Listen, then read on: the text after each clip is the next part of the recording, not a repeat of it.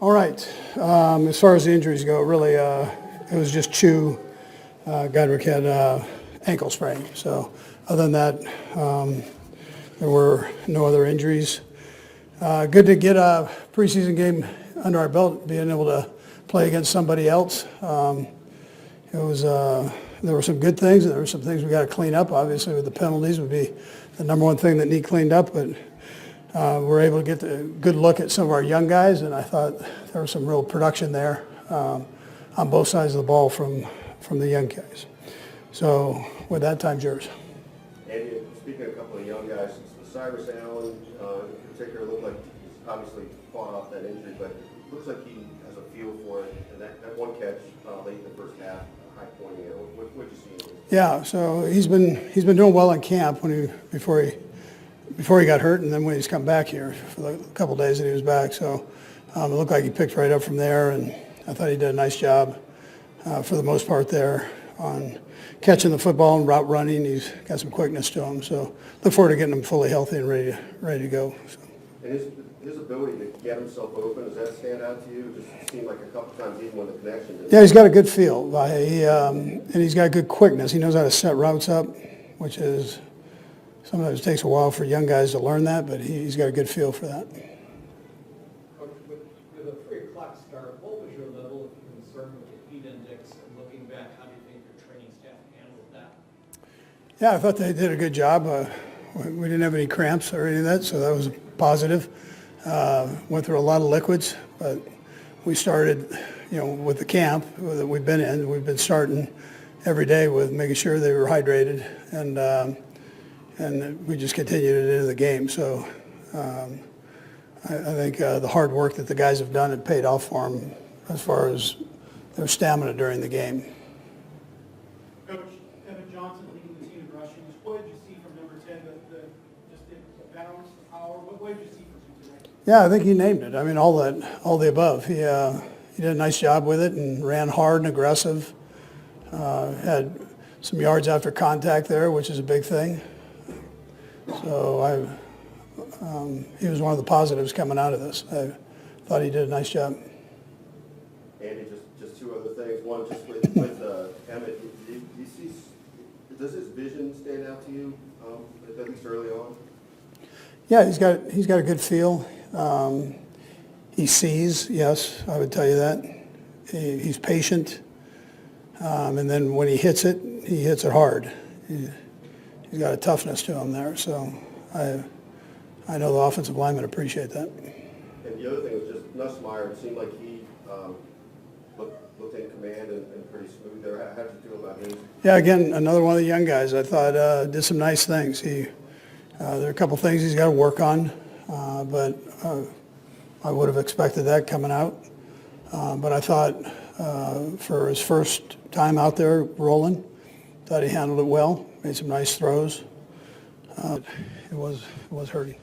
The crowd was unbelievable tonight. It was a great welcome for the Rams. Sean does a heck of a job with that football team, and they've had a lot of injuries, so he's battling through all of that. But it was a good opponent, and I was proud of our guys for the job that they did of definitely not taking them lightly, coming out and playing good aggressive football on both sides of the ball. And then I better not slight the American Heritage Game today too. We sure welcome that in our. So, anyways, but it was a great night to have that and coming out with a nice victory. So, got to do a little better in the red zone. That's a place we're normally pretty good, but we were off just a tick tonight, and we'll go back to the drawing board on that and make sure we take care of that. It was good to get Allegretti in there and playing. I thought he did a nice job, as did the offensive line. Pat had another big night, and with 300 plus yards, and we kind of take those for granted, but not easy to do. Defensively, I thought we just played a heck of a football game, whether it was Bolton or Cook stepping in and doing a nice job. 38 comes back in, has a huge pick for us to kind of start to kind of end things for us. Anyways, the defensive front I thought played well, strong against the run and the pass. Anyways, with that, time's yours. Andy, you brought up the red zone problems. Is there something you can put your finger on there for why it wasn't working down there today? Yeah, there is, but I'm not going to tell you because we got to play Cincinnati, coming up here. And statistical dominance was pretty significant in most of the games, but the score didn't really reflect that. Is there anything to the idea that at some point you guys just push the other team around, and I don't know if they lose focus, or do you feel like they were? No, they did. Listen, they did a good job. We're not, we're not playing a JV team. That defense is one top 10 defense. So I mean, it's not like they're no good. So they did a nice job against us, and that's all part of it. But in between red zones there, we sure moved the ball well. But a lot of good things happened there. Well, we'll see. That wasn't a very good showing for him, although he came back and had that nice catch right after that, which for a young kid to kind of get that out of his mind, I thought was a plus. Coach, it looked like Is it for Nick Allegretti to have to go against Aaron Donald? And then how do you feel the line? Yeah, Aaron's a pretty good player, so that's a big challenge. But he did a nice job. I thought Andy Heck had a nice scheme set up too to work it, slides and so on with him. But both he and 54, you better be on your A game because both those two are good football players.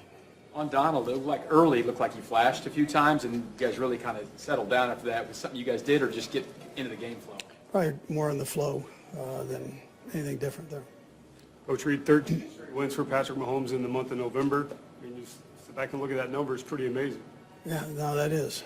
Yeah, November's over too, so I mean that's on to December. But he's an amazing guy, amazing player. So we're lucky to have him here, and but yes, I agree. Juju got back in the action after being out for a week. Looked like he didn't have any rust at all. What did you think of how he played?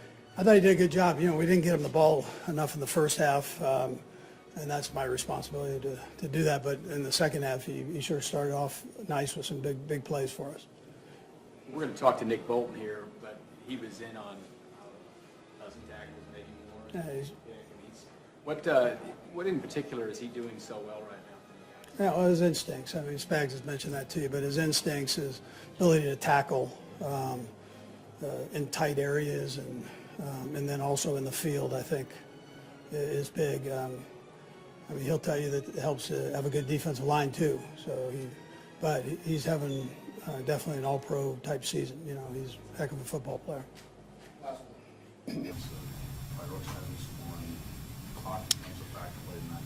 Yeah, listen, that's a tough ask because it's the number one defense in the National Football League we're playing against. So we want to make sure that we get in the end zone. The Kansas City Chiefs walked off the field Saturday night having dropped their preseason opener to the Los Angeles Rams 20-12.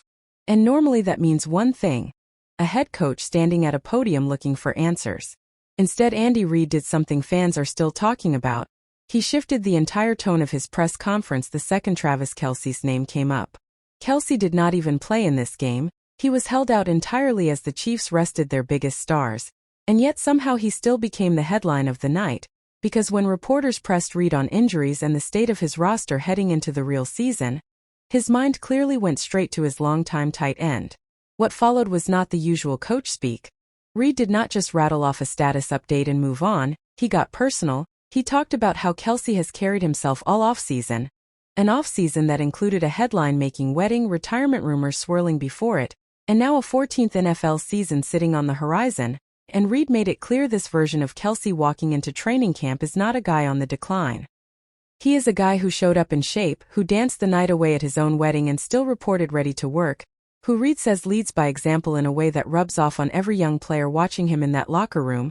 This was not injury talk. This was Reid essentially standing up for his guy in a season where every outsider wants to write Kelce's obituary before it even starts. And that is exactly why this moment hit differently, because underneath the surface-level injury report question was something much bigger.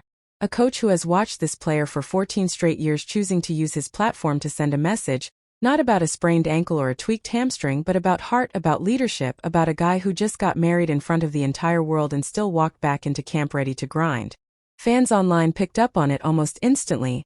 Clips of Reid's comments started circulating within minutes, with people zeroing in on the warmth in his voice, the way he seemed to light up talking about Kelce compared to the flatter tone he used discussing everything else from the loss. Because let's be honest, preseason losses get forgotten in about 48 hours. Nobody remembers the score in October. But moments like this, a coach getting genuinely emotional about a player heading into what could be one of the most scrutinized seasons of his career, those stick. So while the box score says the Chiefs lost to the Rams, the real story walking out of that stadium was Andy Reid reminding everyone exactly how much Travis Kelce still means to this team. And if this is the energy heading into the season opener, Chiefs fans might want to buckle up.